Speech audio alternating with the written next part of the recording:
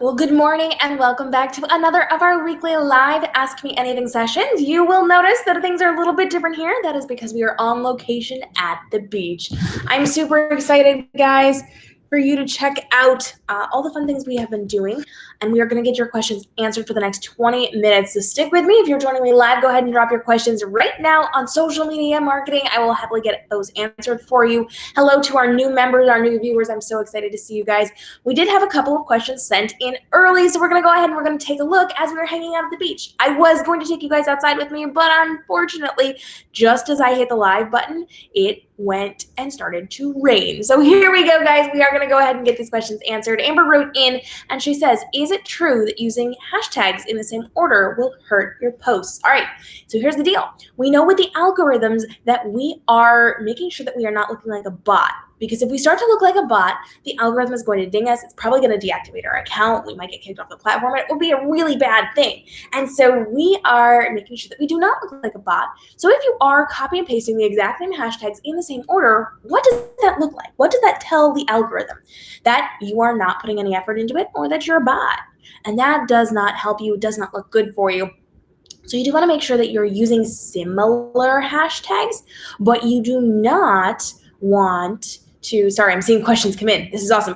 You do not want to use the same things in the same order. So you do want to typically make about 7 to 10 lists within your phone's notes, and you're going to want to take mostly the same hashtags if that's what you are using, and you are going to change it so that they're in different orders, they're mixed around, and then every time you are using them, you're either going to delete a couple, you're going to add a couple in. You can have up to 30 hashtags, but they should not ever be in the same order. You should bounce around the orders of your lists, and you should make things specific to what you're posting because they are always in the same hashtags. You're only going to be seen by the same types of people, and it does not help the algorithm. So be very, very clear about what you are actually doing inside of your hashtags, that you are focused on things in the picture or in the caption so that it makes sense for Instagram when it sees that you are doing something actively within your account to make sure that you are, oh my goodness, the questions are coming in today. I love this. Make sure that you are, in fact, putting the effort into the hashtags you're using. You're going to be rewarded within the algorithm system. All right. We did have Kirsten who came to our convention this weekend. I was speaking at Mermagicon on creating profitable mermaid brands through smart social media marketing. She said it was such a good class and I definitely learned a lot. I'm already making some changes to help improve my business through social media. Thanks again. Can't wait to learn more. Well, Kirsten, I was so excited to hang out with you over at Mermagicon this past weekend in Manassas, Virginia. Guys, we're going to be bringing you some behind the scenes soon, so stay tuned as I break down what we were talking about over at Mermagicon. And please join me because I will be at PendCon Charleston this coming weekend. We're going to be signing some books and doing some fun things over there. I would love to see you guys. And again, here we are at the beach waiting for that convention. Super exciting. All right, let's take a look. Daniel jumped in and watched one of our videos here on YouTube. He says, woohoo, definitely got to try this when I start screen sharing on live. So that video was about how to screen share on a live broadcast, why you should be doing it, and how dang easy it actually is for you to do this. And Daniel did want to know, can this record as well? So we're talking all about how we use BeLive to screen share like I'm doing now, and doing all the cool things within BeLive with the custom branding. And Daniel, the answer is yes. You can stream on YouTube. You can stream on Facebook. They even have Twitch capabilities.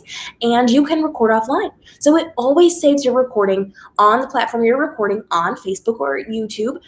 So you can download it from there. You can download the high definition directly from BeLive, or you can record offline. So you can record things even if you don't want to live stream it to somebody. Pretty dang cool, right? If you guys have not checked out our tutorials on BeLive, make sure you do. They are well worth your time and investment, and they're like a really cheap monthly subscription for customized branding. Like you can do all the cool things that I've got going on my screen too.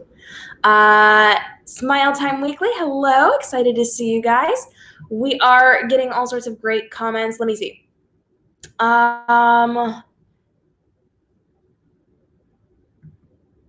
Okay. So Mermaid Montera says, does editing a post on Instagram after it's been published affect the reach? Okay, she's got several questions here. So let me go ahead and let me answer these for you. So Montera, yeah, actually, if you are going in and you are editing your caption on Instagram after you post it, it definitely affects your reach, because at that point, Instagram has said, okay, this person has posted something, but all of a sudden they're changing it. So the people who have interacted with it already might have seen different content. Things might have been a little bit different, and they don't like that. So they kind of feel like you're being a little tricky on this side. And that's not always the case. Sometimes it's fixing a typo, sometimes it's adding in something you forgot, but some people do leverage this. So they'll say one specific thing to get a lot of comments and reactions and interactions and engagements on their platform. And this is definitely something people do to then change it and twist it so that it looks better. Not a good thing. Let's see. We've got more questions coming in. I'm going to get those answered for you. Mermaid Montera also wants to know, does it affect my reach if I go live and no one shows up? Okay, here's the deal. When you go live, it does take time for people to know that you are going live. So Instagram, Facebook, YouTube, all these platforms take time to decide who they're going to tell that you are live. So for the first chunk of your live broadcast, you're not going to have people unless they know when you're going live. So if you've marketed it in advance and they show up, that's awesome. That's helpful. But if people don't show up, that's okay, because there is still the replay. So as you're doing your live broadcast, you have to operate as if people are really there. In fact, we just did a video on this and dropped it on the channel. I think I dropped it on the channel, otherwise it's coming this week. Oh man, guys, batch creation. I got all the videos ready while I was away, and I'm dropping them for you guys, but I think that one's out already.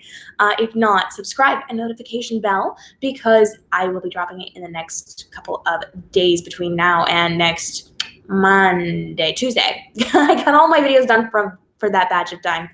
So that is actually coming out. You want to operate as if people really are there, and people are there on the replay watching you, so you kind of got to act like it. Now, if they don't show up to your live, that's okay. It doesn't hurt you.